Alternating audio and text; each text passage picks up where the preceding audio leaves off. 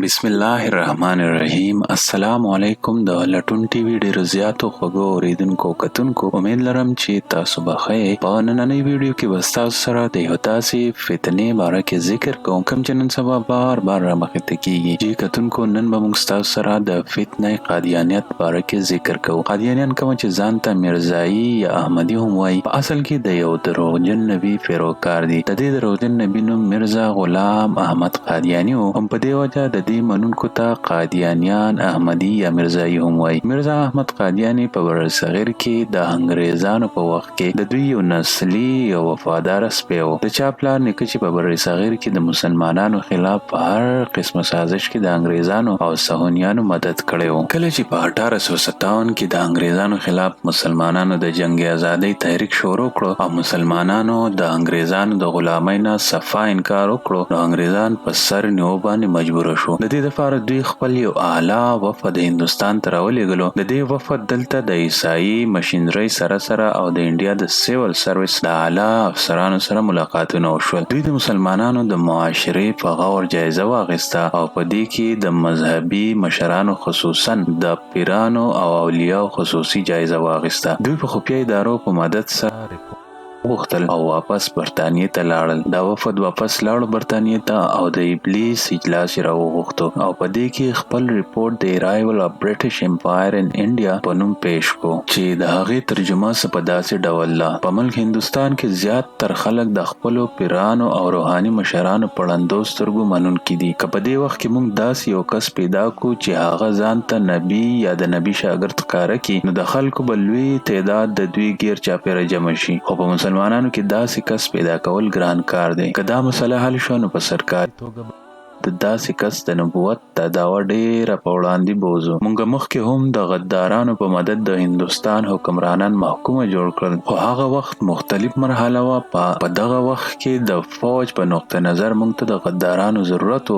اوس پوره ملک زمونږ په کنټرول کې دی او په هر ډګر زمونږه خبره منلې کیږي. مونږ له داسې څه کول پکار دي چې د هغې نه داخلي افراطفري او انتشار پیدا شي. په دې وخت کې د متحده هندوستان انګریز و اسرائیل لارډ میو د بنگال یو سینیئر سیول افیسر ته دا کار حواله د کوم نوم چې WW هانټر و. هانټر د ټولو حالاتو جایزه واخیسته او خپل ریپورت یې پیش کو. د دې ریپورت مطابق جهاد د مسلمانانو هغه نظریه ده کومه چې په دوی کې جوش، تعصب، قرباني او د تشدد بنیاد دی. همدا نظریه دوی همیشه د حکومت خلاف راوځي کوي. په دوی کې د جهاد شغل نه یخیږي. په دوی باندې د مذهبي او جهادي مولایانو اثر رسوخ زیات دی او چې هغه هر کله وغواړي د دوی جذبات را پارولای شي. ګرانو کتونکو، د دې صهیونیانو اصل مقصد دا و چې د مسلمانانو د زړونو نه د جهاد شوق او جذبه ختم کړي او په خپل نبی کریم صلی الله علیه و آله وسلم په ناموس ځان وجنه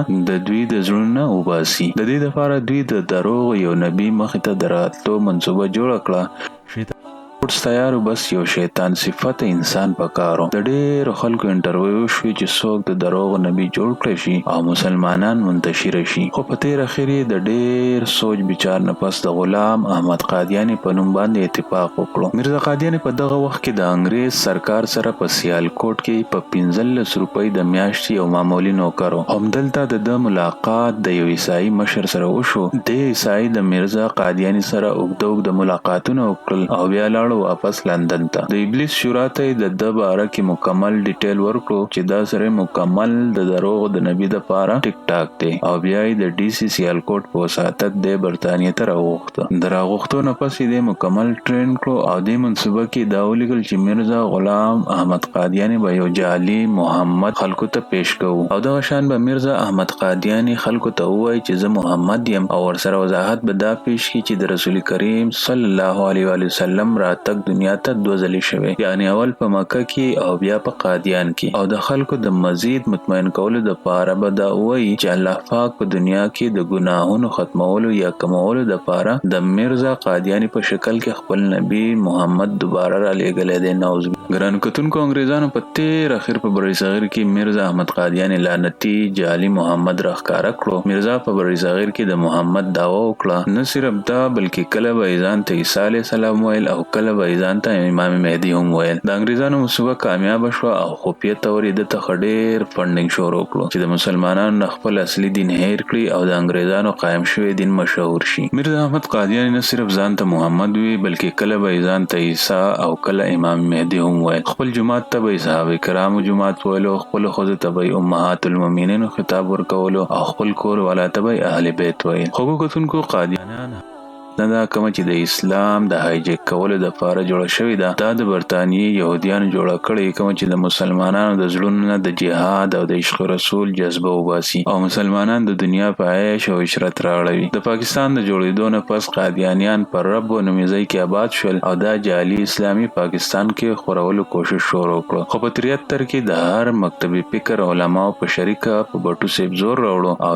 دوی قانوني تور غیر مسلم اقلیت وګرځول. ګران کتونکو دلته دا خبره د ذکر وړله چې د آئین پاکستان مطابق قادیانیان د مسلمانانو په شان جماعتونه نشي جوړولای. په جماعتونو منارې، محرابونه، منبر نشي جوړولای، اذان هم نشي ورکولای او د خپل دین تبلیغ هم نشي کولای. خپل ځان ته مسلمان هم نشي ویلای، خپل مذهب ته اسلام هم دوی اسلامي تور طریقې هم نشي خپلولای. نن سبا قادیانیان د پاکستان په غټو وټو ناستي او نور خلکو ته د خپل دین تبلیغ کوي کوم چې قانونا جرم دی. ګرانو کتونکو په 13 نن سبا د قادیانیانو مسله بار را مخته کیږي په کوم چې مسلمانانو لډیر زیات قهر او ډیر زیات غوسه ورزي. خو کدویم طرف ته قادیانیانو ځان کافر او اقلیت تسلیم کړي بیا ور سره زمونږ سویمه ده. نور هم په دې ملک کې ډیر زیات اقلیتونه اوسي خو د دوی ټول خبرې د کفر او د اسلام خلاف دي او ځان ته مسلمانان. ګرانو کتونکو که دا ویډیو تاسو خوښ شوی وي نو دا ویډیو خپل در روان نسل سره شیر کړئ چې هغه د دې فتنې نه ځان بچ وساتي او دا ویډیو د خپل مرګرو سره هم شیر کړئ. زمونږ یوټیوب چینل سبسکرايب کړئ، ور سره بیل آیکون پریس کړئ چې تاسو ته زمونږ نوري داسې اسلامي او معلوماتي ویډیو مخې ته راځي.